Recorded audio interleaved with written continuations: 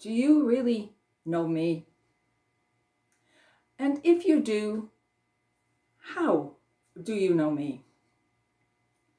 Oh, we all have book knowledge about everything. And knowledge is one thing, and we have different degrees of knowledge. We can have very shallow knowledge about something, or we can have very deep knowledge of something. But just because we have knowledge doesn't mean we relate to that knowledge. And in our spiritual life, we have that same kind of conundrum. Oh yeah, we know a lot about God. We know a lot about Jesus. We know a lot about God from the Gospels that we've heard through the years, through reading the Old Testament and the New Testament. We have witnesses from the prophets of old to the martyrs of the modern centuries. We hear lots of things about God. And we might have a degree in theology and philosophy, and we might know a lot of things about God. But how do we relate to that knowledge? It's not about what I know about God, but what I know about God and how I relate that knowledge to my life. And you can say, well, I'm a good Christian. I go to church. I say my prayers. I read the scripture. I try to be nice to my neighbors. So I think I'm a pretty good Christian. And I can say I love God. Fine, that's wonderful.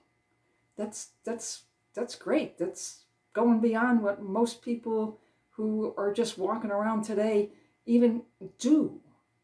Because the state of relationship to God is so bad today. And it's deteriorating by the decade. Today, the only thing people want is to have God out of their life, not in their life. And God loved us so much that he sent his only son to us as a human being, flesh and blood. And when Jesus was born, divinity became humanity. And so if God loved us enough to become a human, then he wants to relate to us in that way, because that's the only way we can do it. We can't relate to him in any other way, because that's all we are. We're human. So how did Jesus teach us to relate to the Father? And how do we get to relate to God? Well, Jesus taught us this. He taught us this by the way he lived his life.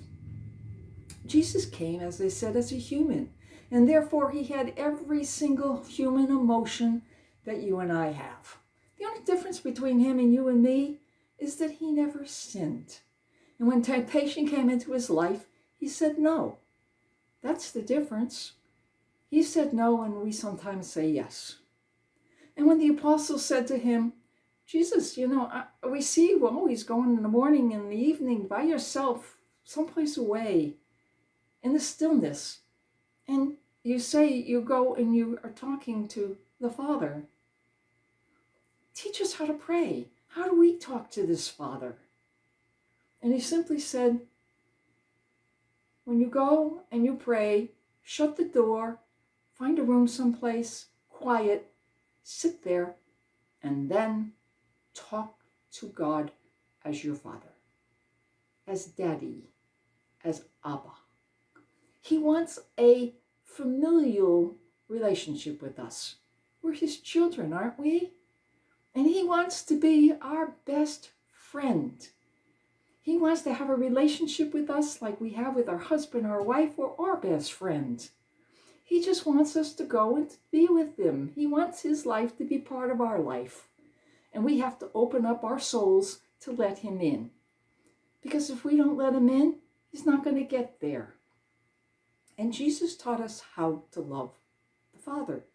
He taught us by the way he lived his life. And he taught us to treat each other as loving brothers and sisters. And when he was in crowds, no matter how big the crowds were, if he saw someone who needed something, he would one-to-one go to that person and fulfill their needs in faith. Whether the blind man came to him, or the woman that was caught in adultery, or the centurion, or the Jairus' daughter who needed to be raised from the dead. And then we have Zacchaeus stuck in a tree amid a whole crowd of people. And Jesus comes into the street, and as he's coming in the street, he sees Zacchaeus up in the tree. And he calls out to Zacchaeus among all these people. And he says, Zacchaeus, Zacchaeus. Now, Zacchaeus doesn't know how he knows his name, but Jesus knows his name, and he gives him a call. He says, Zacchaeus, come down from that tree because I want to be with you tonight. And at that moment, Zacchaeus' life was changed. He was given an invitation to follow Jesus, to be like him, to give up his past life as a tax collector and all the things that were in his life that were taking him away from the true meaning of living. And so he comes down from the tree, he invites Jesus into his house, and he is changed. When Jesus meets the centurion, a non-Jew, but he had faith.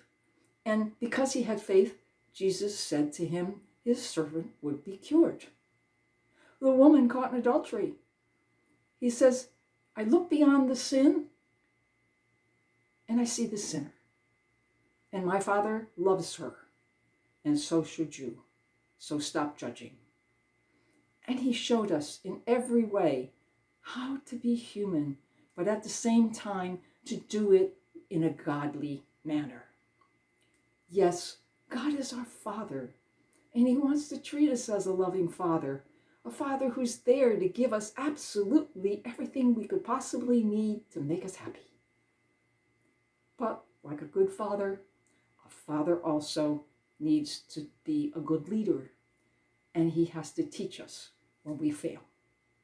In the Old Testament, people saw God the Father as this mystical figure sitting on a throne with a scoreboard and a pencil looking down on us, and every time we made a mistake, he would check that off. A judgmental God. People in the Old Testament feared God. They feared him because they were afraid of punishment. And when Jesus came and he showed us through the New Testament, through the Gospels, through his life, that wasn't the way that God wanted to relate to us. Yes, we should fear hurting God. That's a fear that's we should have. The fear of hurting him because he loves us so much, but not a fear because of punishment. Yes, whatever punishment we get, we deserve because we make choices, and those choices are ours, and we have to stand by them. And some of our choices are good, and sorry to say, some of our choices are not so good. And those not so good choices, yeah, we have to pay a price for. But God is a loving God, and he forgives us. That's why Jesus died on the cross. He died on the cross so that we could be forgiven, because Jesus is all merciful, all kind, all caring, all loving. Jesus is everything that we want to become. So when we say that we know God, we just don't want it to be book knowledge. We want it to be something that's lived. So live your faith.